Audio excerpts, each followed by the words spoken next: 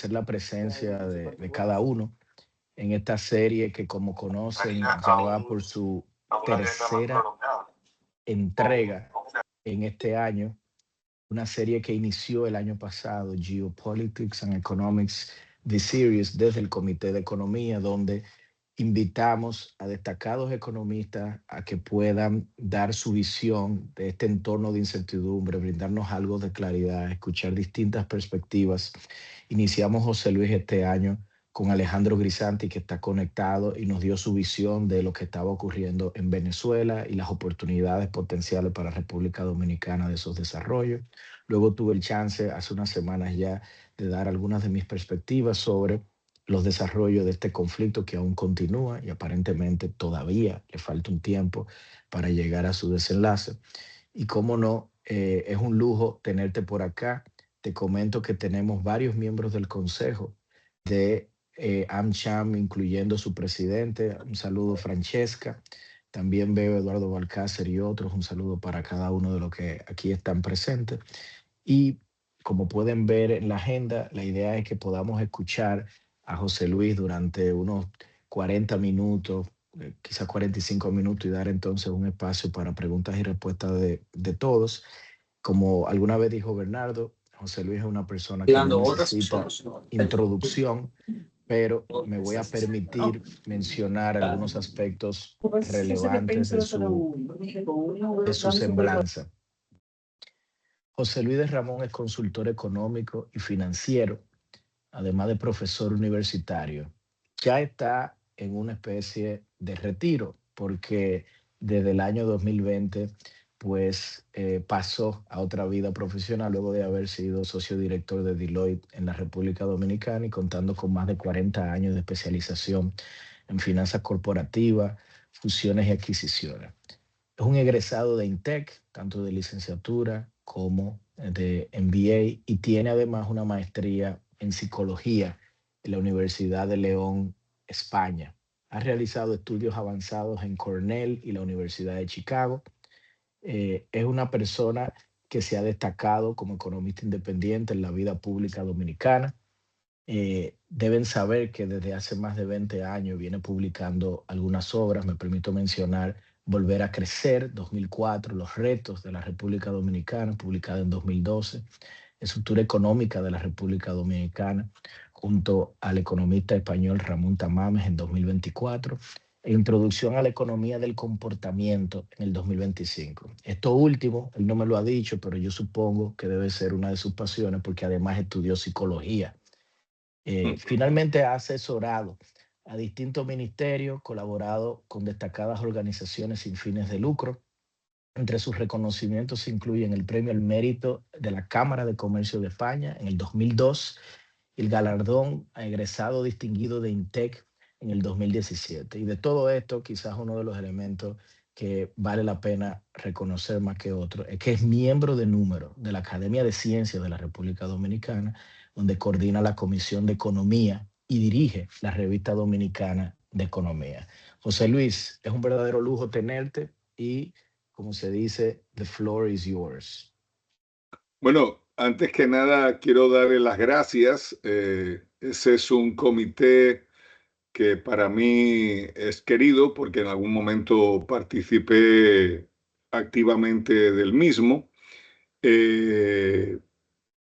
Antes de empezar a compartir la presentación, quiero darles una pequeña introducción general al objetivo de este conversatorio de hoy. O sea, esta conferencia se escribió, por decirlo de alguna manera, antes de que hubiera el conflicto Estados Unidos-Israel con Irán. Y básicamente es porque si hay una cosa que a mí me da rabia, son las frases cohete, ¿no? Entonces, en la República Dominicana vivimos con, hay que hacer reformas estructurales. ¿Qué son reformas estructurales? O sea, hay que volver a lo que se hizo en el 90. O sea, ¿qué es eso? Entonces, realmente mi objetivo de este conversatorio que vamos a tener hoy, que ni por supuesto me voy a tomar los 40 minutos para dejar mucho espacio para preguntas, la idea era ir enfocando iniciar, ¿verdad?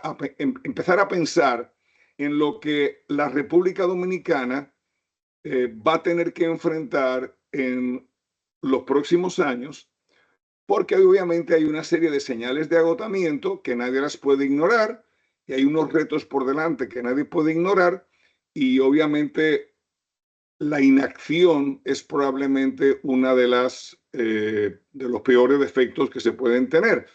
Y lo vimos, por ejemplo, cuando se presentaron las reformas fiscales, que cuando le preguntabas a la gente del gobierno que de dónde habían sacado eso, te decían, no es que lo que nosotros creemos, ¿no?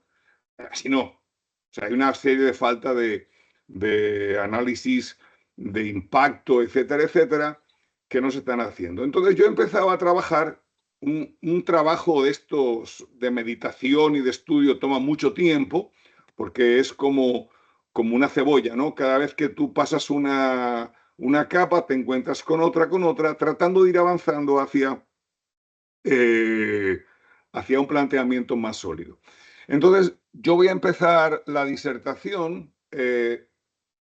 ¿Tú me has permitido compartir pantalla? Sí, puede compartir pantalla, señor José Luis, dándole a Share y ahí le va a dar la opción de compartir. Ok, ahí tengo Share. Déjame darle...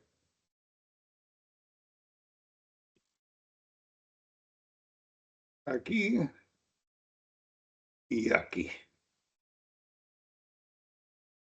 Es que a uno lo malacostumbran cuando uno trabaja en... ¿Se ve bien ahí? Sí. Por favor. Ok, Sí, lo voy a pero poner en conferencia, ¿no? sí, correcto. Ahí. Uno se malacostumbra cuando trabaja en firmas porque uno dice, yo quiero eso impreso, y de repente aparece alguien con el documento impreso, y después tú te das cuenta de que en realidad en tu casa tú no le dices a la máquina que imprima, alguien tiene que ir a imprimir, ¿no? Así, pero bueno, ya estamos aquí. Entonces, el título que le pusimos fue En la era de la incertidumbre, y la incertidumbre era dual, era sobre incertidumbre dentro de la República Dominicana, incertidumbre dentro del contexto mundial, y bueno, yo di una conferencia en la Cámara Española de Comercio y este fue el título que se puso, gustó mucho, así que nos hemos aprovechado y lo estamos dejando.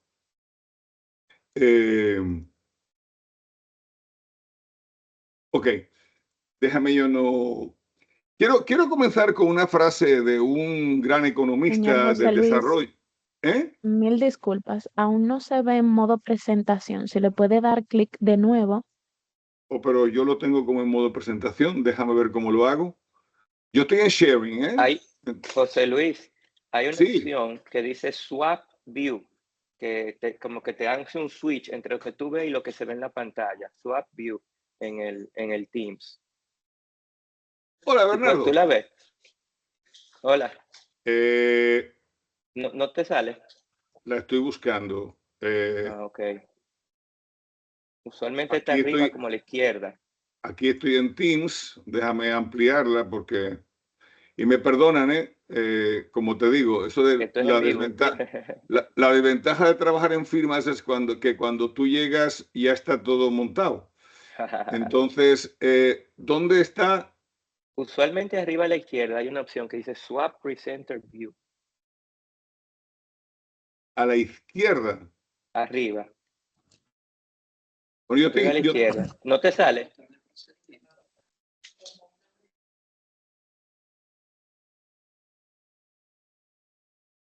Apunta entonces mejor abajo, a la derecha, el cosito que parece como, ajá, ahí mismo. Al lado del Zoom, abajo a la derecha, también hay una opción de presentar la... Pero tú estás como el hablando dentro de slideshow. Zoom. Bueno, inténtalo primero ahí en PowerPoint. Porque yo en PowerPoint, ¿verdad? Yo le di aquí, que es donde está el slideshow. Tú le estás dando y no sale, ¿verdad? Sí, yo le di slideshow. Yo lo tengo en el slideshow. ¿Cómo tú lo ves? No, se ve como si tú estuvieras editando la presentación. Bueno, entonces aquí arriba hay otro slideshow. Usualmente ya dentro del ¿Y software ahora? de Teams, usualmente dentro del software de Teams como tal, te debe dar una opción arriba que dice swap Una view. charla de economía y geopolítica, la voy a dejar así ahí. Sí, yo acabo de dar link de prensa. Ah, ok. Ok, bueno, mira, aparentemente no... Bueno, Espérate, vamos a ver una cosa, porque la cosa de hacerla bien...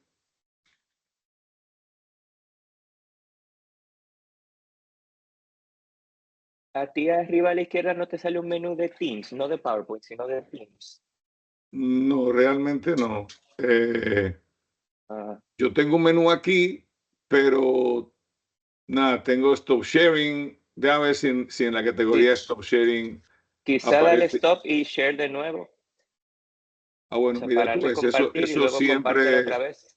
eso siempre, Reset. eso siempre suele funcionar, ¿no? Exacto. Entonces, Reset, apaga déjame y darle prende. aquí, a ver. En vez de darle a Share PowerPoint, dale Share Screen, José Luis. A ver si así te sale. Ok, eso es lo que había tratado. ¿Y ahora? Eso es. Ahí ya, Listo, nítido, perfecto. Bueno, pues Gracias. entonces lo que pasa es que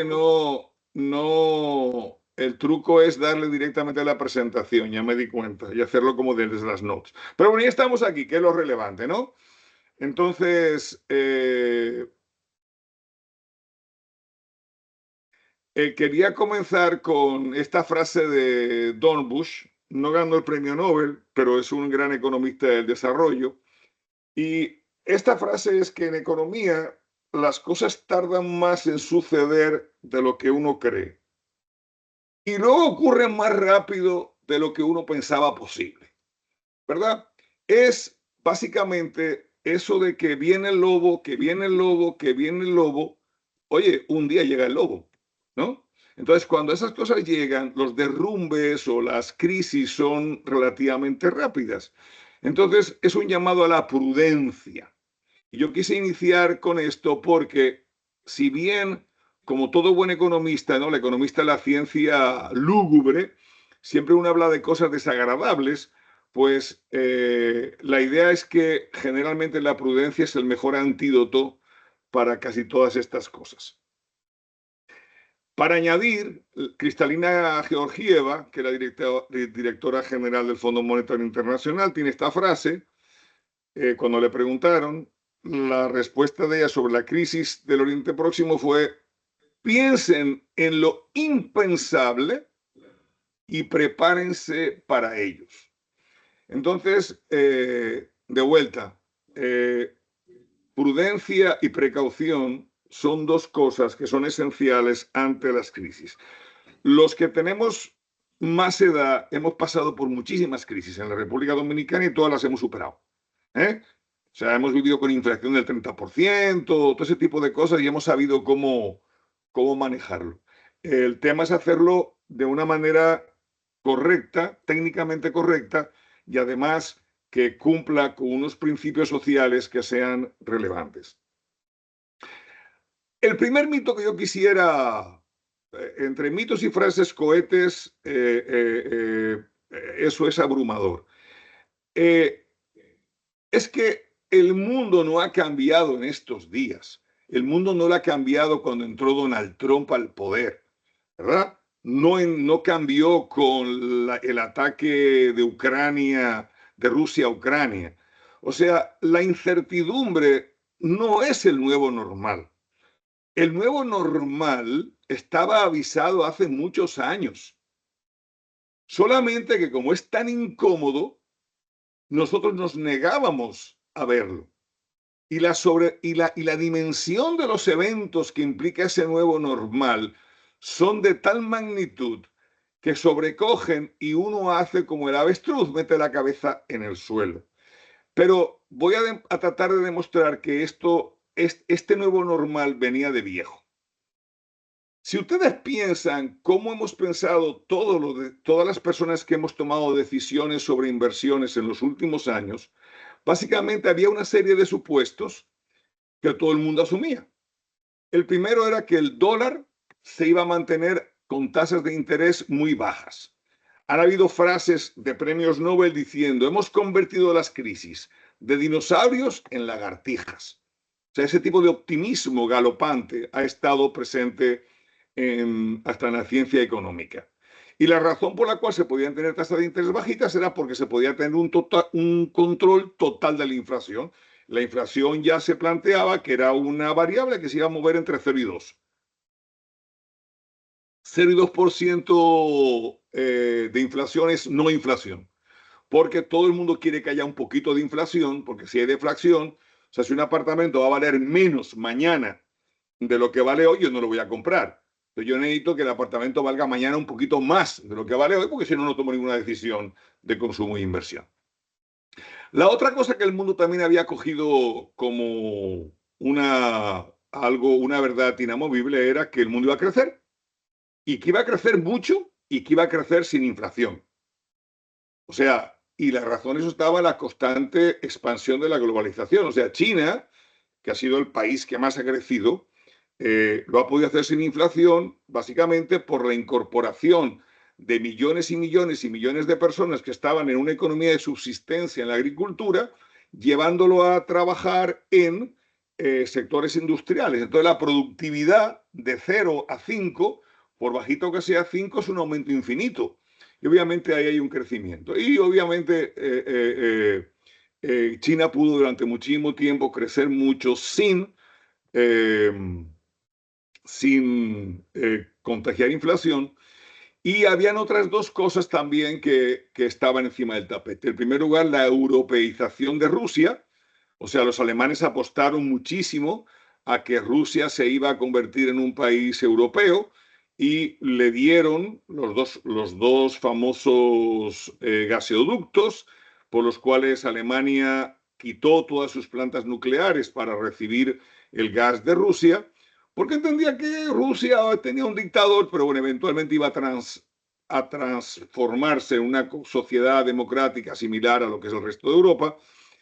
Y luego Estados Unidos y China, la verdad que venían entendiéndose razonablemente bien. Los problemas gordos de propiedad intelectual, de no permitir inversiones en China, etcétera, etcétera, venían mejorando año tras año.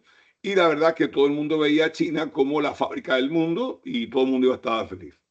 La otra cosa que muchas veces no se toma en cuenta era que el populismo estaba bajo control.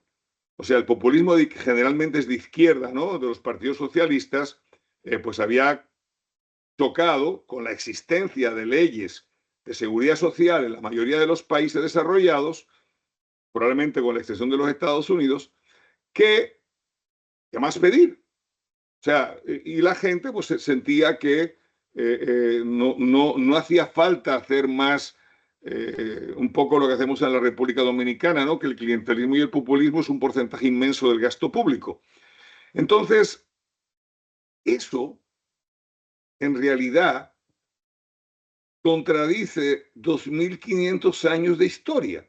Si nosotros miramos la historia de la humanidad, el periodo más largo de paz que hemos tenido ha sido el periodo entre la Segunda Guerra Mundial y la invasión a Ucrania, que estamos hablando de 70 y pico de años. O sea, ni siquiera cuando la Pax Romana en el siglo -1 y -2 de esta era,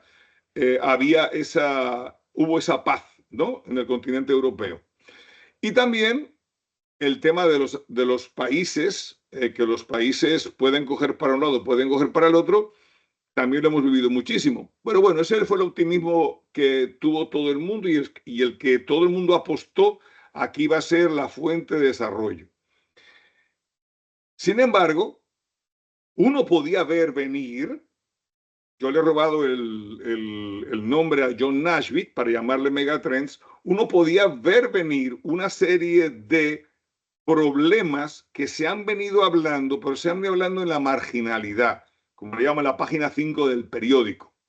El primero era que Europa tenía un nivel de envejecimiento galopante y además, o sea, bajan en los nacimientos, envejecimiento de la población y un gasto de seguridad social abrumador. O sea, países como Francia dedican el 35% de su PIB solamente a gasto social, con una presión fiscal cercana al 50%. O sea, en límites altísimamente superiores. La otra cosa, otro fenómeno que estaba causando ruido, pero que también la gente no lo quiere mirar, era que tú estabas teniendo en casi todas las partes del mundo, y la República Dominicana no es una excepción, una migración importante sin ese fenómeno del melting pot de los Estados Unidos. El melting pot era que llegaba un irlandés, llegaba un italiano, llegaba un alemán, y oye, en la Segunda Guerra Mundial, por ejemplo, en un camión de soldados americanos podían haber apellidos de 16 nacionalidades, pero todos eran americanos. Una de las razones por la cual los americanos pueden entrar en Europa era por la cantidad de italohablantes que tenían en el ejército, fruto de ser hijos de inmigrantes de primera generación. Hoy en día no hay melting pot. Desde que hay Univisión, Telemundo, ¿para qué van a aprender inglés los mexicanos? Sin embargo, tú hablas con un inmigrante de la ola anterior y te decían, I learned English in the hard way, como habla Schwarzenegger, ¿no? Porque esa gente tuvieron que aprender a trabajar. La otra cosa es que la deuda, que era un tema que nosotros nos decían, no pasen del 30%, que después del 30% de la economía puede entrar en crisis, tienen que tener cuidado porque una crisis va a exigir un incremento en la deuda para un país como nosotros y un 50% para un país desarrollado. La gente le dio lo mismo. Hoy en día aproximadamente la deuda pública y el PIB son del mismo tamaño. Y cuando tú coges los principales países, en el caso de Estados Unidos, 124% del PIB, cuando en el 2010 era apenas un 95%, y China, que en el 2010 era apenas un 34% del PIB, hoy en día es el 96% del PIB. Es decir, gran parte del ahorro público viene de que alguien le ha prestado el dinero, ¿no? Y ese dinero hay que pagarlo. Y el mismo problema que tenemos nosotros de que hay que contentar a los mercados de capitales lo tiene cualquiera que tenga una deuda externa importante. Eso puede explicar, por ejemplo, la caída en el valor del dólar con respecto a una canasta de monedas que ha pasado en los Estados Unidos. Otros megatrends importantes que estábamos viendo. En Europa hicieron un outsourcing de la tecnología a los Estados Unidos. O sea, en Europa, las grandes compañías que producían tecnología, hablo de los Philips, Telefunken, Saab, etcétera, son irrelevantes. O sea, cualquier entrepreneur sueco que esté bien educado se va para San José, California. Porque con el régimen fiscal de Suecia no va a echar para adelante. O sea, realmente son países que han matado toda la vocación de desarrollo de tecnología, y obviamente todo se lo compran a los Estados Unidos, que ha sido el país donde están Amazon, Apple, Microsoft, etcétera, etcétera, ¿no? Entonces, claro, la consecuencia es evidente. Ya en el año 2000, la productividad en Estados Unidos era más alta que la de Europa. Pero en este cuarto de siglo, la productividad americana ha crecido 34% más de lo que ha crecido la europea. Por eso el PIB de los Estados Unidos y de Europa, que eran más o menos iguales, ahora tienen una diferencia sustancial, siendo más grande de los Estados Unidos. O sea, Europa se volvió improductiva y además se volvió no innovadora. Y ahí están los alemanes, que acuérdense ustedes que antes de que los chinos fueran el mayor país exportador, el mayor país exportador del mundo era Alemania, y básicamente era con bienes de capital. Sin embargo, esa tecnología que le comprábamos a lo largo y ancho del mundo no ha evolucionado a la misma situación. En Europa, en base a presiones sociales, la presión fiscal la veíamos subir, pero es que las demandas sociales nunca están satisfechas. Hay que recordar el caso de los chalecos amarillos. O sea, un país que gana la Copa del Mundo, que tiene un PIB per cápita de 70 y pico mil dólares, que es un país que cuando lo miras en índice de desarrollo humano de los grandes, no de los que tienen 3 millones de habitantes, de los que tienen 50, 60, 70 millones de habitantes, está entre los 3 primeros, y la gente se volvió loca por un pequeño aumento de la gasolina. Y si ustedes ven las fotos de los chalecos amarillos, verán cómo hay una destrucción de edificios y vehículos, pero de gente pobre. No es que fueron al concesionario de Ferrari y quemaron el Ferrari, o se fueron al Jorge V y quemaron el hotel más caro, no. Sencillamente rabia por rabia, ¿no? China también ya ha empezado su proceso natural de reducción de la tasa de crecimiento. O sea, todos los países tienen una fase de expansión. O sea, imagínense que no hay ninguna construcción, no hay ninguna carretera. Vamos por la República Dominicana. Tenemos una carretera que une Santo Domingo con Punta Cana. ¿Qué otra carretera podemos hacer nosotros que sea tan relevante como esa carretera? Es como difícil. O sea, ¿qué otros dos puntos del país podemos juntar que de inmediato nos dé el tipo de retorno social y económico que nos da una carretera como esa? Es muy difícil. Entonces, claro, tú vas teniendo una productividad marginal decreciente, donde cada inversión es menos interesante que la anterior, y así en muchísimos sitios. Otro tema es, y está, por ejemplo, en el libro de Bernanke, Economía Monetaria para el siglo XXI, él discute que hay un nuevo tipo de inflación. Y lo vimos en el COVID.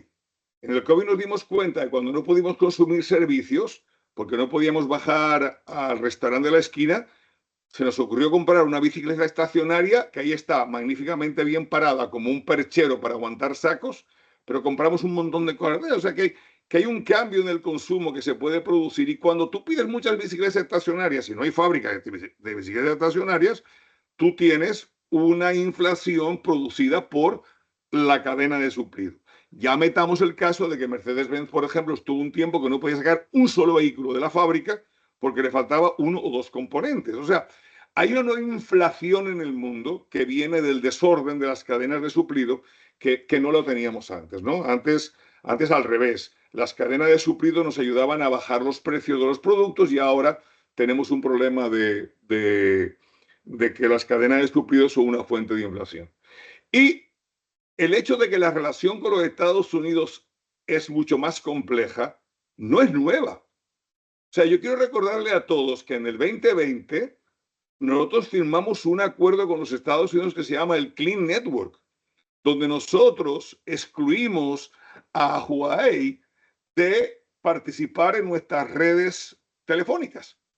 O sea, ya nosotros empezamos a crear barreras, nosotros, República Dominicana, básicamente por la relación con los Estados Unidos, de exclusión de temas de tecnología. Y cuando tú le preguntas a la gente del mundo de telecomunicaciones, Huawei es muchísimo más barato y estaba mucho más avanzado para lograr el 5G que cualquier otra tecnología, pero bueno, había un reto sobre espionaje y esa línea se quitó. Entonces, todos estos megatrends, ¿verdad?, venían. ¿Cómo se catalizan? Porque para que un megatrend avance y de repente, ¡pam!, impacte, tiene que pasar algo concreto. Estos eventos catalizadores que marcan el nuevo mundo, yo he listado unos cuantos. En primer lugar, el auge del populismo en Occidente. O sea, nada hay que ver España, por ejemplo, ¿no? O sea, tenemos gobiernos donde, y no lo digo por un tema ideológico, pero tú necesitas un rayo X porque te diste un golpe en un brazo y es probable que tengas un brazo roto, y te dicen que puedes ir en la salud pública a hacerte un rayo X en 4 semanas con un brazo roto. Y mientras tanto estamos tratando de financiar operaciones de cambio de sexo en teenagers. Yo no es que tenga ni a favor ni en contra, no es el momento para yo dar una opinión, que la tengo, sobre el tema, pero bueno, hay una despriorización básicamente buscando votos, ¿no? Y lo ves ahí. La segunda cosa, y eso empezó en el 2015 más o menos, tú puedes empezar a mapear Le Pen en Francia, por ejemplo, también, ¿no? O sea, tú vas viendo cómo hay una serie de populismos de izquierda y derecha que comienzan a subir activamente, y Trump ni hablar, o sea, Trump ni hablar, ¿no? En los Estados Unidos como fenómeno populista. Una gran manifestación fue el Brexit, votantes viejos decidieron que no querían tener inmigrantes, entendieron que los inmigrantes eran causados por la pertenencia a la Unión Europea, porque a mí el que me diga que entendía lo que significaba la regulación conjunta con Europa, o sea, evidentemente esa no fue la razón, porque esto no lo entiende nadie. Y al día siguiente de que se aprobó el Brexit, la palabra más buscada en el Internet era Brexit. O sea, la gente ni se había enterado, ¿no? Y hubo una baja muy grande de votantes. Otra es la guerra comercial entre Estados Unidos y China. Como le decía, parecía como que iba a ir mejorando la relación de intercambio entre dos países, aunque tenían gobiernos e ideologías muy diferentes, pero de repente los americanos comienzan a ponerle barreras arancelarias a los chinos y comienzan a mirar a los chinos no como un competidor comercial, sino un competidor en seguridad nacional, ¿no? Ni hablar del COVID. O sea, el COVID, el que acabó el COVID sano, tiene un premio. Digo, sano mental. O sea, el COVID también fue un gran disruptor donde muchas de estas cosas las puso. Nosotros creamos programas de apoyo a la población durante el COVID que no hemos quitado. Y yo creo que ya la economía dominicana se le puede acusar de todo menos de estar en crisis. La invasión de Ucrania, la invasión a Ucrania por parte de Rusia y el consiguiente apoyo de China fue otro gran detonante, fue otro gran catalizador, porque ya China marcó posición. O sea, esto no es, yo no voy a ser neutral, yo, ¿estás conmigo o estás con mi enemigo? Y China realmente le dio todo el escape económico a Rusia para poder continuar con su guerra, garantizándole la compra de todos sus productos, y obviamente ya eso marca una diferencia tremenda. Pero también teníamos a China dando vueltas. Yo recuerdo haber ido a África y encontrarme con una máquina de esas de aeropuerto o de frontera terrestre, ¿no? Y donada por el gobierno de China. Entonces, China tiene la iniciativa de la Franja de la Ruta, que es un montón de dinero en inversión que los chinos han ido haciendo a lo largo y ancho del mundo, que también es un game changer. O sea, de repente ellos están buscando su fuente de abastecimiento, como lo hicieron los ingleses cuando construyeron ferrocarriles. O sea, cuando los ingleses crearon ferrocarriles en Argentina o en la India, básicamente era como expandir la frontera agrícola y traer más producto barato a Inglaterra. Esto es lo mismo que está haciendo China en este momento, solucionar problemas de infraestructura en diferentes países para poder abastecerse de una manera más económica. Entonces, ya para ponerle la guinda al postre, la guerra de Irán es otro gran catalizador. Entonces, si estos megatrends venían y encima le ponemos todos catalizadores, ¿cuáles podrían ser las características del nuevo normal? ¿No? En primer lugar, yo quiero irme atrás en el tiempo. Trump puso unos aranceles a China, Biden los mantuvo. Pero Biden, en su gobierno se publicaron dos leyes. El Inflation Reduction Act, que no tiene nada que ver con la inflación, que básicamente le garantiza muchísimo dinero a la reconstrucción o a la reforma o a la reinversión en energía convencional y no convencional. Aquel oleoducto que estaba parado 15 años por razones ecológicas, el oleoducto va. Y luego también está otra ley que salió cuando Biden, que es el Chip and Science Act, donde básicamente la idea es, oye, vamos a regalar 1.17 trillones de dólares. O sea, y ya han regalado aproximadamente un billón. Perdón, un billón no. Tan cerca de 1 trillón. Solamente a Intel le dieron 8 billones de regalo. ¿Cuánto te cuesta poner la fábrica en China? ¿Cuánto te cuesta poner la fábrica en los Estados Unidos? ¿Cuál es la diferencia de valor presente neto estimado? 8 billones, toma 8 billones. ¿Así? Entonces, ¿qué pasa? No es una cosa que ha llegado con Trump en estos días con los aranceles. O sea, podemos ir para atrás y ver cómo todas estas cosas venían de antes. La segunda cosa es la complicación que significa para los europeos que ahora Trump ha cogido a la OTAN y básicamente la considera una cuasi-OTAN. O sea, cuando una economía como Alemania cambia su constitución para poder aumentar el nivel de deuda pública de 40% a 100%, que cuando una economía de aproximadamente 2.5 trillones de dólares, tú le metes 60% más de deuda, son como 1.3 trillones de dólares. Óyeme, 1.3 trillones de dólares en armamento es mucho armamento. Y yo no sé quién se le ha ocurrido que es razonable que los alemanes se armen. O sea, a mí particularmente no me deja muy cómodo, porque los alemanes, cada vez que se arman en el mundo, tenemos un tema. Entonces, eso desvía también fondos que esos países necesitan para su estado del bienestar. Porque ese estado de bienestar que ellos crearon, mientras los americanos gastaban 5% del PIB en gastos militares, esta gente gastaba 2% del PIB o menos en gastos militares. Los otros 3% lo dedicaban a la salud, a las pensiones, etcétera, etcétera. Pero ese cuento se ha acabado. O sea, los americanos prácticamente han abandonado Europa y la amenaza rusa los obliga a todos a tener que hacer una inversión masiva en armamento durante los próximos años, incluido Canadá. Y bueno, ahí hay un tema que va a cambiar por completo la dinámica de crecimiento de esos países y va a traer mucha insatisfacción social en unos países que son muy mal criados. Porque la verdad que si hay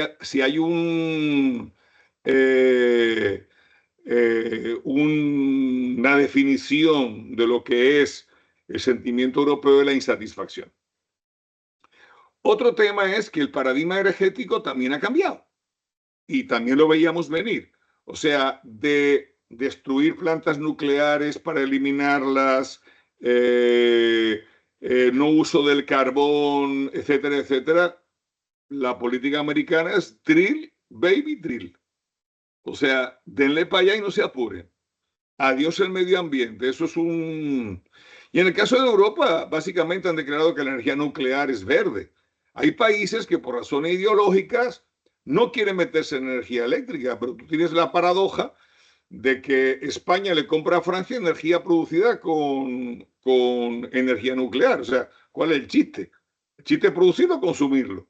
¿No? O sea, entonces yo creo que va a haber un cambio drástico en lo que es la matriz de producción de energía, retrocediendo, ojo, retrocediendo a lo que era el viejo, por eso le llamo así, paradigma energético, que era lo que esté más barato, hacemos plantas energéticas de eso. Entonces, si Europa tiene que enfrentar baja productividad, el costo del estado del bienestar y una dependencia en defensa de los Estados Unidos de la que se tiene que liberar, que implica un gasto público sustancial, Europa no va a crecer. O sea, el hecho de que si Europa ya no venía creciendo, todavía ahora mucho menos Europa va a ser un factor de crecimiento. Súmale a eso el envejecimiento de la población, la entrada de migrantes que vienen con menores niveles de educación y de calidad del capital humano, etcétera, etcétera. Eso es un tema. Otro tema también central es la separación de Rusia de Europa. O sea, los alemanes pensaban que tenían el problema resuelto con el gas y aquí es bye bye gas. La alianza China-Rusa es algo extremadamente frágil. Cuando hablamos de un nuevo orden mundial, esto ni es orden ni es nuevo. Pero piensen en esta situación. ¿Cómo un país como Rusia va a depender de que todas sus compras vayan a parar a China? Si China tiene una crisis económica y Rusia tiene una crisis económica y China le dice a Rusia, no te puedo comprar o no te puedo comprar a los precios convenidos, ¿qué va a hacer Rusia? ¿Quedarse sin ventas o entrarle a Misil Pérez a los chinos. O sea que es una alianza que no tiene un sostenimiento en el tiempo porque es comercialmente dependiente. Y así es extremadamente difícil. Otro de la nueva economía política es la importancia que tiene la geografía de nuevo. O sea, la geografía que realmente habíamos pensado que estamos deslocalizados, esa es la palabra nueva, trabajo remoto, fábricas en países subdesarrollados controlados desde centros de operaciones en países desarrollados, la verdad que la geografía vuelve a importar. Y luego, un fenómeno también que es relativamente reciente, pero que es vital, es el hecho de que la desinformación y la verdad alternativa está a la orden del día. O sea, aquí nos hemos vuelto todos unos caraduras que decimos cualquier cosa en cualquier momento, ¿no?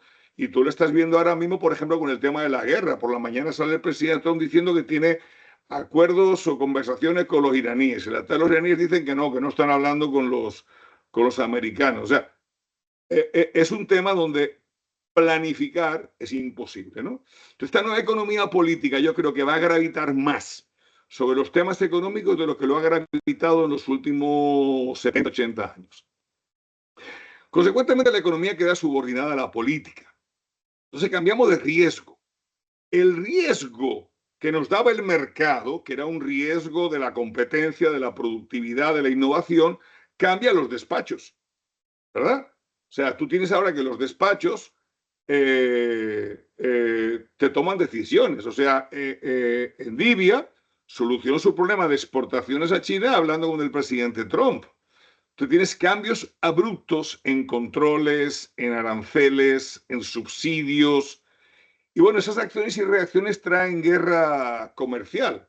Lo malo de ese tipo de cosas es que todo lo malo se pega. Y si lo hacen los americanos, ¿por qué no lo vamos a hacer nosotros? O sea, porque siempre los americanos han sido como, bueno, el Olimpo, donde la Suprema Corte de Justicia era el factor de equilibrio entre los poderes, y etcétera, etcétera. Pero lo que estamos viendo es, o sea, ¿por qué no lo va a hacer un presidente dominicano o un presidente argentino cuando es el nuevo normal? Entonces, eso es un tema de muchísima preocupación para mí también, porque no, todo dominicano es como un dictador en miniatura. Entonces, es un tema que uno también va a tener que pensar de cara a los aspectos políticos, porque si se vuelve normal tomar decisiones arbitrarias, pues va a estar muy complicado. Luego hay un tema de polarización social y económica cada vez mayor. O sea, en un libro de Barney G. Duflo, ellos señalan hace ya un par de años que antes tú podías ser cristiano, fundamentalista y demócrata. Y tú podías ser ateo y republicano. Pero ahora no, es que ahora todos pertenecemos a lo mismo. Si usted es un cristiano fundamentalista, probablemente sea republicano. Claro, eso viene por el sesgo de confirmación y el hecho de que estamos en redes sociales. Yo estoy en redes sociales, me gusta oír a Ovalle, pues yo sigo a Ovalle. No me gusta oír a Juanito de los Palotes, no sigo a Juanito de los Palotes. Cuando vine a ver, yo nada más me estoy relacionando de noticias, que son aquellas noticias que a mí me gustan. Entonces yo creo una uniformidad de criterio y de pensamiento gracias a que el grupo que tengo dice lo mismo que yo, o sea que debe de tener razón. Y además, esos grupos son extremadamente numerosos porque ya no dependen de mi familia inmediata o mis amigos, sino que es un mundo de redes sociales donde hay infinitos participantes. Entonces, la ideología sustituye a la economía, o sea, las decisiones de Make America Great, que es una filosofía, cuando tú lo descompones, es básicamente un principios ideológicos aplicados a la economía. Que las barreras arancelarias no suben la inflación. Oye, ahorita aparece un criollo aquí diciendo que las barreras arancelarias no producen inflación en busca de un proteccionismo. O sea, eso son cosas que son amenazas que tenemos del hecho de que la economía queda subordinada a la política. Y bueno, China, obviamente, en la medida de que le van restringiendo las exportaciones en una parte del mundo, pues comienza a hacer dumping. Pregúntenle a los ferreteros de la República Dominicana cuál es la política comercial de China. O sea, aquí en República Dominicana están llegando una cantidad de productos chinos que también tienen una facilidad de paso por la aduana asombrosa y las exportaciones de China aumentaron este año a pesar de que los Estados Unidos tienen un conflicto de guerra comercial. Nosotros hemos visto cómo los chinos están empezando a regalar una serie de productos. Y luego, bueno, pues ya hemos pasado que el interés nacional se expresa en armas. O sea, no hay ningún problema en invadir a Ucrania o a Venezuela o a Irán o a quien sea, ¿no? O sea, es un cambio diferente. Entonces, lo que estamos acabando es con un mundo más caro y más regulado. Hay un mayor costo de producción, porque cuando tú estás poniendo la seguridad y la redundancia, no quedarte sin, ¿verdad? O sea, protegerte para no quedarte sin, sobre la eficiencia pura, las cosas suben de precio, lógicamente. Y ese incremento de precios, además, viene acompañado por el hecho de que te ponen aranceles y por el hecho de que hay una relocalización industrial. O sea, cuando te la ponen muy difícil, tú acabas poniéndote en una industria, en un país donde no eres tan eficiente, pero si el gobierno te da algún tipo de subsidio para compensar eso, pues tú lo haces por ahí. Otra cosa que también podemos esperar que empiece a venir es que es un mundo mucho más regulado en términos tecnológicos, financieros y comerciales. Ya comerciales hemos visto lo que son los aranceles, ¿no? Y el problema que tenemos, fuimos un acuerdo de libre comercio con los Estados Unidos, ahora tenemos un arancel, creo que es del 15, porque esto cambia semanalmente, ¿no? Pero también desde el punto de vista financiero, eso va a venir. O sea, el control que hemos tenido hasta ahora ha sido para evitar el narcotráfico y el terrorismo, etcétera, etcétera. Pero nosotros hemos elevado el narcotráfico a la categoría de terrorista. Entonces, nosotros somos los bancos de la periferia. O sea, si tuvimos FATCA, ahora probablemente podemos anticipar a todavía mayores controles de temas financieros que de vuelta reducen la eficiencia de los sistemas y la profundidad de los sistemas financieros y la única razón por la cual están ahí es por razones de seguridad nacional. Entonces, con mercados más fragmentados, los tamaños de los mercados son más pequeños y obviamente mucho más improductivos, ¿no? Ya no estamos hablando de friendshoring, estamos hablando de best friend shoring. Que ya no hablamos de que Canadá es un friend, ya estamos hablando de que hay que buscar quién es el best friend shoring, aunque sea Argentina, con el caso de los Estados Unidos. Pero lo malo es que en ese pote estamos todos montados, ¿no? Y luego el caos en el mercado energético, nadie sabe dónde va a terminar, porque hay una situación hoy donde ¿dónde van a estar los inventarios después de la guerra? O sea, hoy en día, por ejemplo, hay varias noticias de los oficiales de Saudi Arabia que tienen que poner precios para la posición de marzo, de abril, perdón, que te dicen, wow, es que la gente me está demandando para el consumo, pero me está demandando también para rellenar sus inventarios. Así no hay quien pueda. Eso implica un petróleo de $150, ¿no? Eso dicho por los saudíes. Entonces, ¿cuál es el esquema del mercado energético? Es complicado y la guerra, de la manera que se está manejando, realmente es complicada. Entonces, si tenemos además una mayor intervención del Estado en la economía, subsidiando aquí, poniendo aranceles allá, haciendo negocios particulares con una empresa en cualquier lado, oye, vamos a tener una mayor intervención del Estado y de vuelta todo lo malo se pega. Y hay un retroceso en la globalización. La globalización fue así como dentro de los países la desigualdad aumentó, a nivel internacional hubo una caída en la desigualdad porque los países emergentes se acercaron a nivel de desarrollo a los países emergentes gracias a poder producir en cadenas de valor, ¿no? Como el caso de China, que es el mejor ejemplo de todos.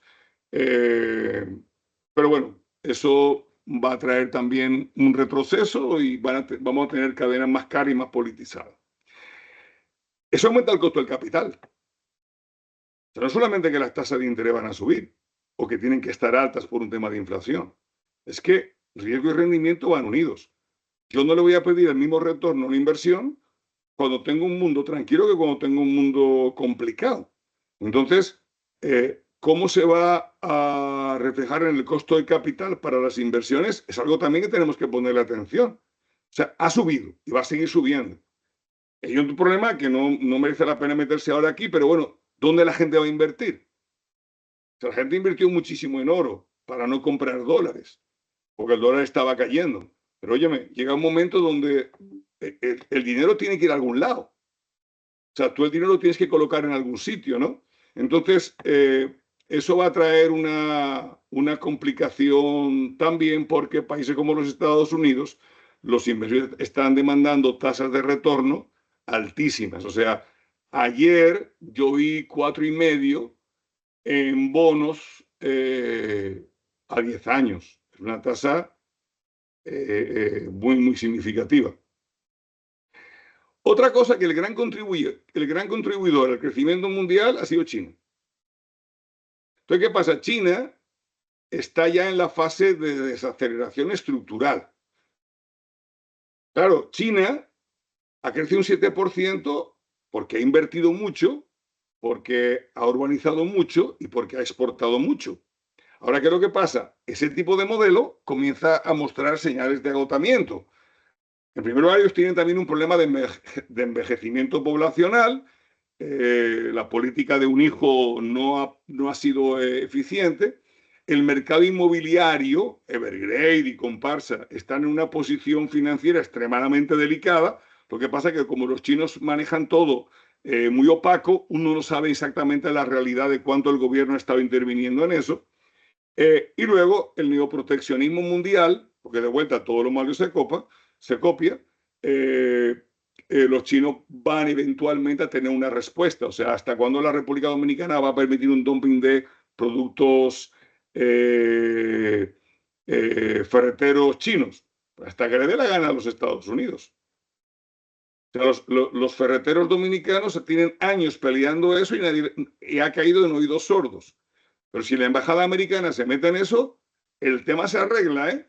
Entonces, es un tema de que es posible que un neoproteccionismo a nivel mundial también impida a China a seguir creciendo como Estado. Entonces, lo que dicen los expertos es que el crecimiento actual del 5% debe ser transitorio y debe de bajar al 3% en los próximos 5 años, 4 años. Y básicamente es que después que hiciste la mejor inversión, ¿en dónde vas a invertir? O sea, China ha hecho las mejores inversiones en infraestructura, bien pensadas, bien hechas, pero ya los canales están hechos, ya los aeropuertos están hechos. O sea, ¿en qué más pueden hacer para mejorar? La visión de la gente, ¿verdad? Los que creemos en los animal spirits como un factor de decisión, Keynes decía que la inversión dependía de la tasa de interés y de los animal spirits. Animal, pero como ánima, alma. Las ganas voluntariosas de un empresario de tomar riesgos. En Davos este año, el Foro Económico Mundial, si le preguntaban a la gente qué era lo que más les mortificaba, era una confrontación geoeconómica, la información errónea y desinformación, la polarización social, los eventos climáticos extremos, que a nosotros es un motivo de muchísima preocupación por el sector turístico, conflicto armado entre estados, etcétera, etcétera, etcétera. O sea, no es el panorama de los riesgos de Davos de hace 5 años atrás, que lo que se preocupaban hace 5 años atrás parecen cosas de kindergarten comparado con lo que hoy en día le preocupa al mundo. Oye, y la verdad que los líderes empresariales y políticos que estaban en Davos no se han equivocado mucho, porque esto fue a principio de año y ya tenemos una guerra con Irán. El otro tema es el control geográfico. El control geográfico de las nuevas rutas también le van a añadir un costo a la economía, porque el que controla una ruta, controla. Y nosotros estamos viendo que por el deshielo se puede haber una ruta por el Ártico. En ese caso, Groenlandia comienza a ser un factor de interés. Imagínense lo que significa tratar de quitarle un pedazo de una nación europea por el gusto de tú controlar una zona geográfica. Entonces, es una opción real al Canal de Panamá, ojo, ¿eh? Y ahora el Estrecho de Hormuz, que entre las demandas de los iraníes es que ellos quieren cobrar un peaje en el Estrecho de Hormuz, igual que Egipto cobra un peaje en el Canal de Suez, igual que Panamá cobra un peaje en el Canal de Panamá. Y si uno mira, por ejemplo, todas las rutas, fíjense, este gráfico te muestra la concentración de rutas, dónde que está el comercio, dónde va.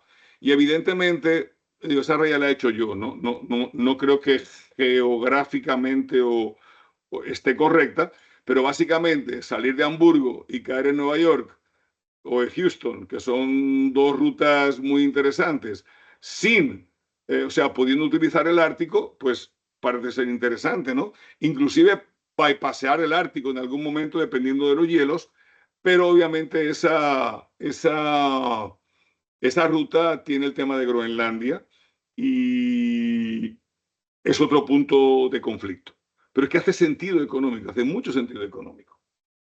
Y con la guerra de Irán ni hablar. O sea, nosotros estamos hablando de que Irán produce una porción muy sustancial del petróleo mundial, pero es que en la zona, entre las ventas o las reservas, estamos hablando de cerca del 30% del gas y un 20% del petróleo mundial, que todo sale por una franja de 33 kilómetros de ancho en la fase más estrecha, ¿no?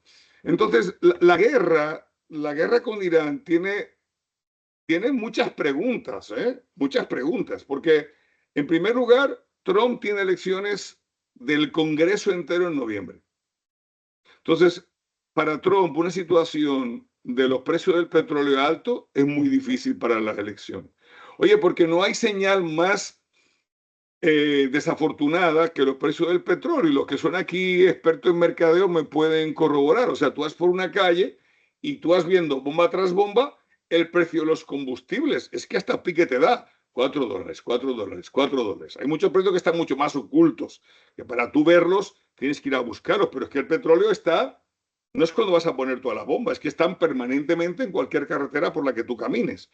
Entonces, hay una producción de energía que está en riesgo. O sea, la estrategia de Irán de decir, bueno, esto es muy simple, a mí me atacan, yo de barato Dubái, yo de barato Emiratos Árabes, yo de barato Saudi Arabia, y vamos a ver que quedarse sin el 20% de la producción mundial crea una crisis a nivel mundial. Ahora, si yo estoy desbaratado, ¿por qué no van a estar desbaratados todos los demás? A mí qué me importa. Entonces, un poco el chantaje que tiene Irán en esta guerra. Entonces, cuando hablamos de destrucción, aquí nadie sabe nada de lo que está pasando en Irán. O sea, aquí hay gente que parece como que trabaja para la CIA o el Pentágono, que sabe todo lo que va a pasar y conoce todos los... Oye, nadie sabe lo que está pasando. Lo cierto es que barco que pasa, barco que le dan un piñazo con un dron. Entonces, si no es chino. Entonces, es una situación complicada. Van a ir los americanos a invadir ahí.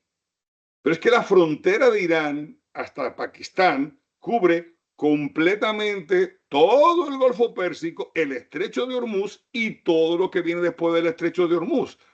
Entonces, mira, esta presentación es vieja. Yo estoy poniendo aquí, estoy poniendo la presentación vieja porque tengo la fecha del 10 de marzo y yo actualicé eso anoche. Pero mira qué cosa más rara. Perdón un momentito. Sí, pues yo dejé haciendo eso en la oficina ayer cuando me fui.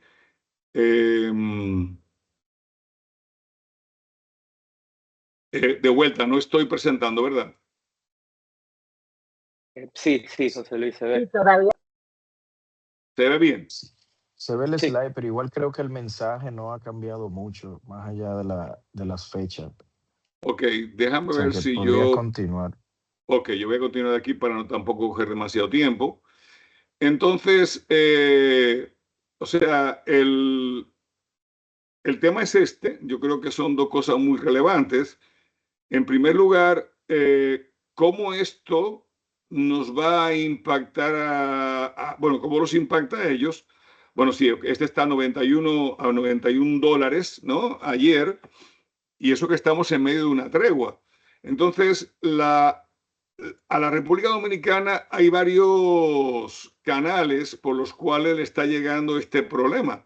El primer problema es, bueno, aquí lo estamos viendo, en términos de reservas es del 34% y en términos de las ventas un 30% del petróleo y un 22% del gas, ¿no? Entonces, si a nosotros nuestras implicaciones son, en primer lugar, que la Fed cada vez más cautelosa y con inflación va a ser mucho más difícil que baje tasa de interés. A nivel de presupuesto, nosotros podemos considerar, si el petróleo se estabiliza a $85 el barril, que vamos a tener que meter 600 millones de dólares más al subsidio eléctrico. El subsidio de los combustibles, al ritmo que vamos, nos va a costar 40.000 millones, que va a ser un aumento de 32.000 millones con todo lo que se había publicado. Entonces, hay dos formas de financiar eso. O disminuimos la inversión pública o aumentamos el déficit. Las dos son malas. Y a nivel de balanza de pagos, estamos hablando de un gasto de dólares de entre 2.500 y 3.000 millones de dólares. Raúl, ¿qué tiempo me queda? Quisiéramos que fuera todo el tiempo del mundo, pero podríamos ya ir cerrando. Okay. Normalmente tenemos disponible un espacio de 1 hora. Ok. Entonces, básicamente lo que hay es estos efectos de inflación en República Dominicana, tanto por inflación importada como por el hecho de que nuestros costos van a aumentar sustancialmente. Fíjense ustedes aquí en este mapa que Irán es frontera en todo el Golfo Pérsico, ¿verdad? No, y que no todo se lo está viendo, José Luis. Parece que en algún momento se dejó de ver en la pantalla. Si tú puedes volver a colocarlo. Sí, déjame volver a hacerlo, que aquí no sé qué narices he hecho. Espérate. Perdón.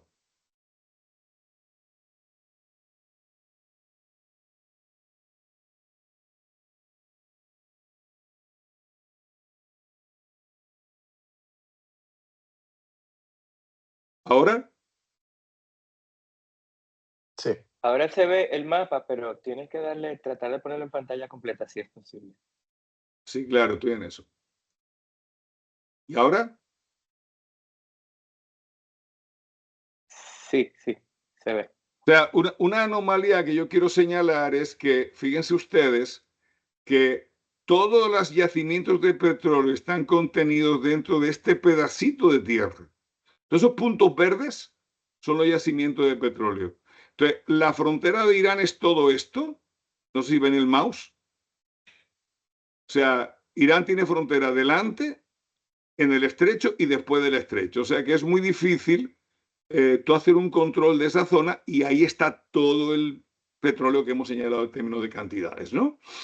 Entonces, ¿qué es lo que nos va a nosotros a preocupar? En primer lugar, que el comercio va a ser un instrumento de guerra que nos puede aplicar a nosotros, que vamos a tener un petróleo más caro, un petróleo que venía decreciendo va a cambiar, que el gas va a estar más caro, que la inflación ya deja de ser transitoria y comienza a convertirse en estructural, que hay dificultad en la baja de las tasas de cambio, que hay una caída o sea, que hay unos efectos del dumping de China.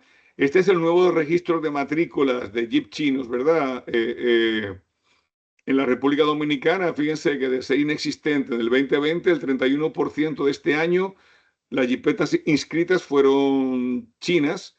Otra cosa es que los commodities después del COVID han mantenido un nuevo precio mucho más alto, lo cual también para nosotros que somos importadores, porque nuestra proteína principal es el pollo y eso viene de maíz y de soya. Y bueno, otra cosa es que los mercados internacionales han sido muy, muy rentables y Estados Unidos es un paraíso fiscal donde los extranjeros no pagan ni impuestos sobre los intereses ni impuestos sobre la ganancia de capital y solo pagan un 30% sobre los dividendos, que es una porción como un séptimo del retorno habitual actualmente. Y lo de las tasas de interés están altas. O sea, tú consigues un bono a 2 o a 10 años, a 2, a 4, bueno, ayer un poquito más, y compañías como Amazon a un 5. Entonces, obviamente, da una presión al mercado cambiario por fuga de capitales realmente importante. Si yo voy a pensar en el futuro, ¿verdad? Si voy a pensar en el futuro, yo he tenido un crecimiento muy importante y tengo un país envidiable. Ahora, gracias a una democracia estable, al hecho de que tenemos mucha seguridad jurídica, quizá no sea óptima, pero es buena, que tenemos una economía capitalista y que tenemos un marco macroeconómico estable. Y eso se ve en dos cosas, en el hecho de que el envía ha caído y en el hecho de que la inversión extranjera sigue viendo República Dominicana, para que no veamos solamente el vaso vacío, vamos a ver también el vaso grande. Sin embargo, cuando uno mira y esto sí voy a terminar con esto, pero quiero que, con dos cositas, pero quiero que le pongamos atención. Yo básicamente tomé una metodología de los años 70 de Boston Consulting Group. Es una metodología relativamente rudimentaria, superada por Peter Lorán, superada por Michael Porter, o sea, por mucha gente. Pero básicamente lo que yo correlaciono aquí es cuánto es la ponderación promedio en el PIB y cuánto es el crecimiento promedio del sector. Esto se aplica para empresas. Lo que le dicen a las empresas es, óigame, si tiene diferentes productos o empresas y usted tiene una limitación de dinero para invertir, no inviertan lo que ellos llaman perros, que son empresas que tienen poca participación en el mercado y poca tasa de crecimiento. Pero es que ahí están metidas las zonas francas. Es que ahí está metido el sector agropecuario, en lo que son relativamente pequeños y crecen poco. Lo que son relativamente pequeños, pero que están creciendo, son lo que se llaman question marks. Pueden acabar en cualquier parte dentro del gráfico. Pueden ir a convertirse en estrellas, pueden ir a convertirse en perros o lo que sea. Entonces, en los Rising Stars, que es el azulito claro, básicamente nada más hay tres sectores: turismo, construcción y comercio. Porque el transporte y almacenamiento es un derivado del comercio. Es totalmente dependiente. Y ya sectores que más o menos se han establecido, ¿verdad? Que no se le ve ninguna posibilidad de aumentar rápidamente, pero que tiene un relativo market share importante, la manufactura local, que es de poquísima profundidad, sector inmobiliario, que obviamente esto es un cuadro de 15 años, no mueve si este año subió y el otro año bajó, sino en general. Entonces, ¿qué pasa? Cuando uno mira este cuadro y va a hacer planificación estratégica, evidentemente tiene que tomar en cuenta qué política a cada uno de los sectores le corresponde.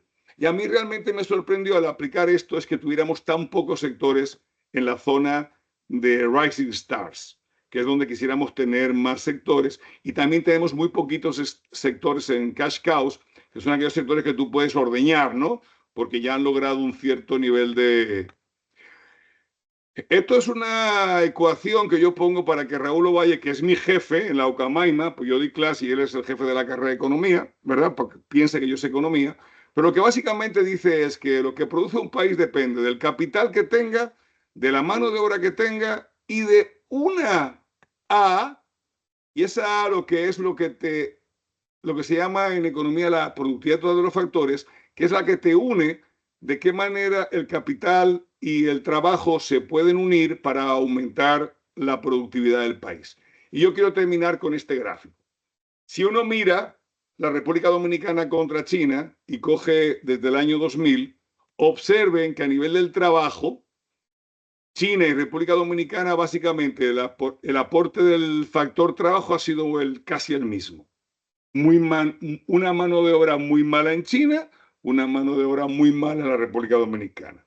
A nivel de capital, en la parte derecha del cuadro van a ver que obviamente los chinos ahorran más que nadie y su formación bruta de capital fijo es inmensa comparada con la nuestra, más del doble de la nuestra. O sea que obviamente la diferencia en crecimiento en ese periodo también se debe al capital.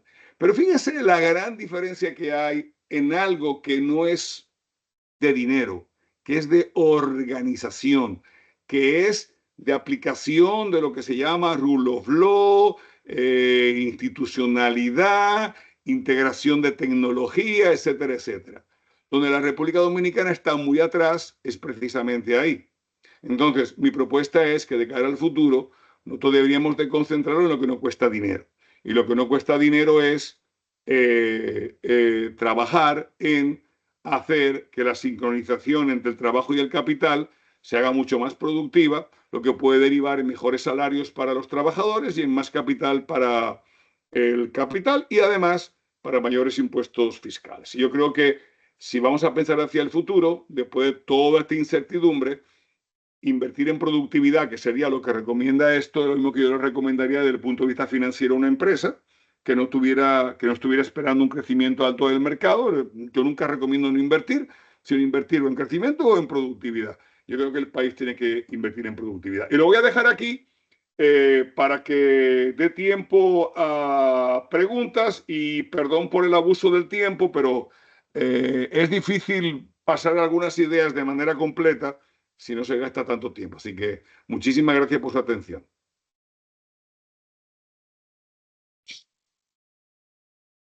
Muchas gracias, don José Luis. Yamile García por aquí, que nos unen muchos lazos, directo e indirecto, de cariño y de mentoría.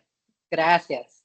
Gracias por su tiempo de hoy y gracias por la forma en que pudo condensar tanto contenido y tantas reflexiones en poco tiempo. Vamos a abrir el foro para algunas preguntas del público. Todavía, aunque nos corrimos un poquito de tiempo, pero queremos aprovechar su participación. ¿Alguien tiene alguna pregunta? Creo que Eddie tenía la mano levantada. Eddie Jiménez, presidente del Comité de Energía de AmCham. Sí, buen día. Gracias, Raúl. Rapidito, porque vi en la segmentación que hizo con el tema del crecimiento, que el sector energético específicamente estaba en el bucket del perro. No sé específicamente cuál es el insight ahí y qué quizás consideraciones para ese sector. No sé desde qué ángulo se estuvo viendo, si es overall por las debilidades que tenemos a nivel de distribución o un crecimiento como tal de toda la cadena de valor del sector, incluyendo generación. Se quedó en 57 ahora, 58, está bien. Está bien. Está mejor. Sí. Eso sí, 80.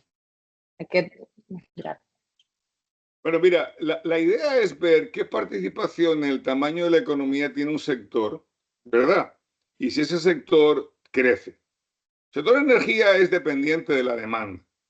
Pero además de esa demanda, aquí en la República Dominicana tenemos una demanda restringida por razones financieras, ¿no? Eternamente. Ahora mismo estamos dedicándole 1.6, 1.8 billones de dólares a financiar el robo de la electricidad. Si de repente mañana yo le cobrara luz a la gente y la gente comenzara a ser eficiente en el uso, tú tendrías una caída en la demanda muy sustancial, muy sustancial.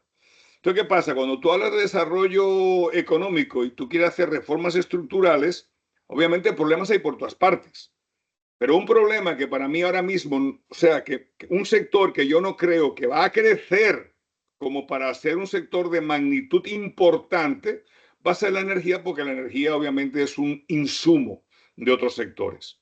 Si la industria no va a crecer, pues tú vas a producir para consumo de la población y el consumo de la población va a requerir mejores salarios y va a requerir otro tipo de tecnología, o sea que no es un sector que si vamos a apoyar el desarrollo del país en ese sector, no vamos a apoyarnos en energía. Energía hay que solucionar los problemas estructurales que tiene, de todo tipo. Porque tiene problemas de todo tipo, vamos a estar claros, hay problemas de generación, hay problemas en distribución, hay problemas en transmisión, hay problemas en todas partes. Y la mayoría son problemas por interés o por política, por lo que sea. Pero no son problemas técnicos difíciles de resolver. Pero no es un sector que yo creo que nosotros podemos apostar nuestro... Si Zona Franca, por ejemplo, me preocupa extraordinariamente que Zona Franca no esté en la posición de turismo, es un sector pequeñito. Zona Franca es pequeñito. O sea, yo comparo con México y Zona Franca aquí es relativamente pequeñito y la culpa la tiene el hecho de que la formación del capital humano nos está haciendo perder zonas francas que estaban aquí, que se están yendo a Costa Rica. Oye, yo pienso que una estrategia nacional de desarrollo, de verdad, no un chiste de esos que aprobamos en el Congreso para complacer a cuatro gatos, obviamente son temas que tenemos que poner delante. Muchas gracias, buenísimo.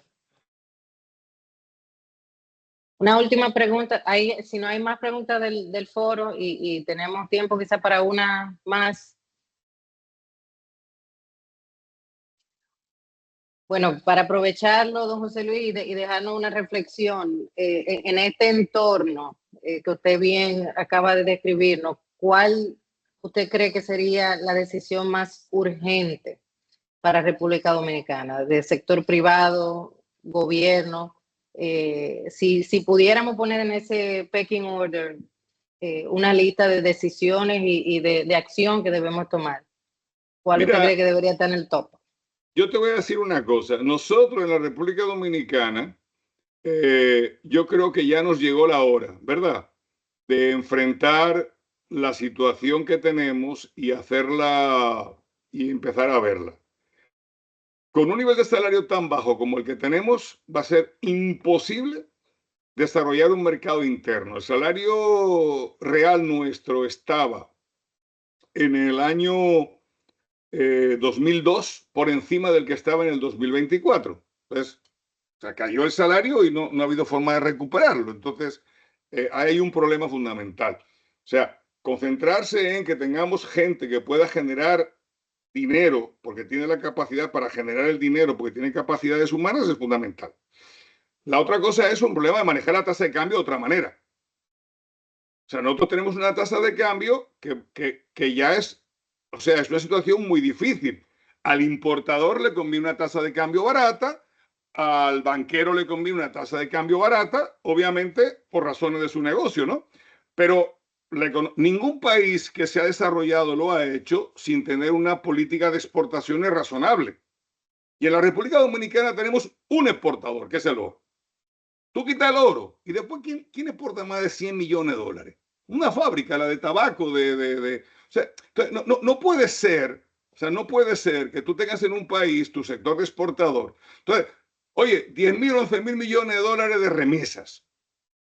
O sea, eso depende de que mañana cualquier rey americana le ponga el pico a eso, porque gran parte de eso es informalidad de los Estados Unidos.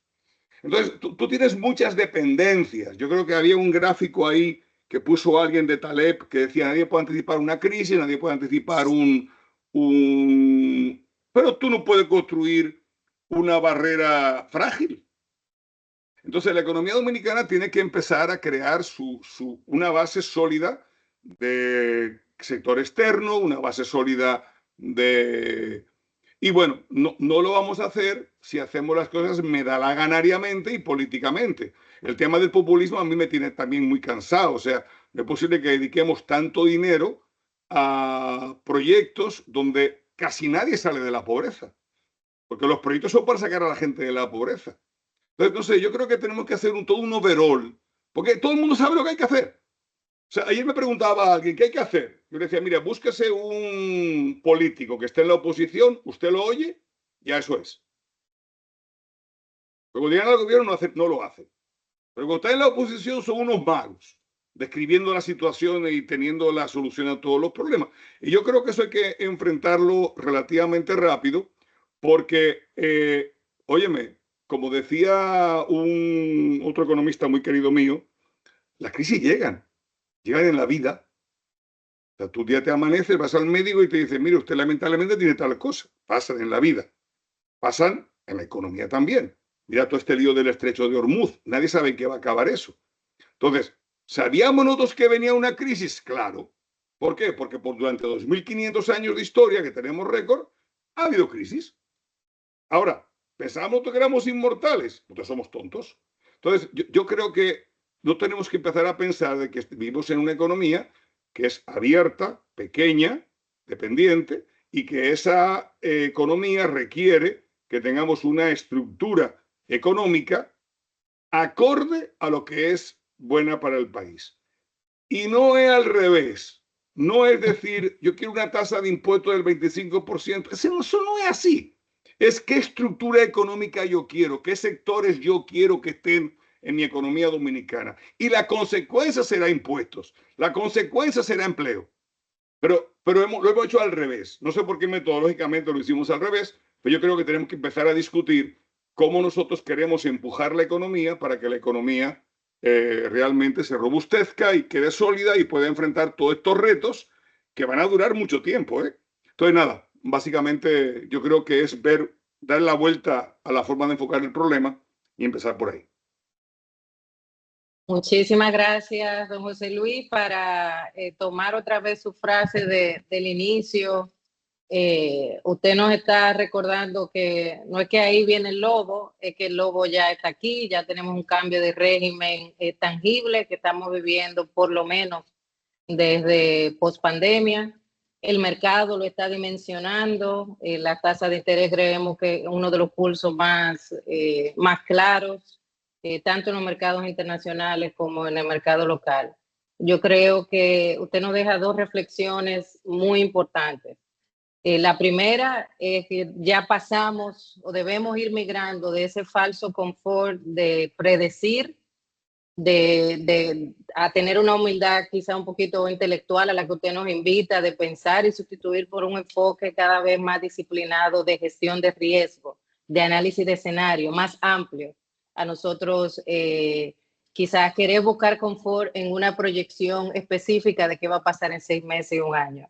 Y la otra reflexión muy importante con eso que usted nos acaba de plantear al final y con la pregunta que le hicimos, que República Dominicana está en una buena coyuntura. Tenemos las fortalezas institucionales que usted destacó, pero eso es una oportunidad y un llamado para tomar acción, no la complacencia, y que todavía tenemos una tarea importante por hacer para transformar esa credibilidad que tenemos de los inversionistas internacionales, aún en medio de todo este alboroto.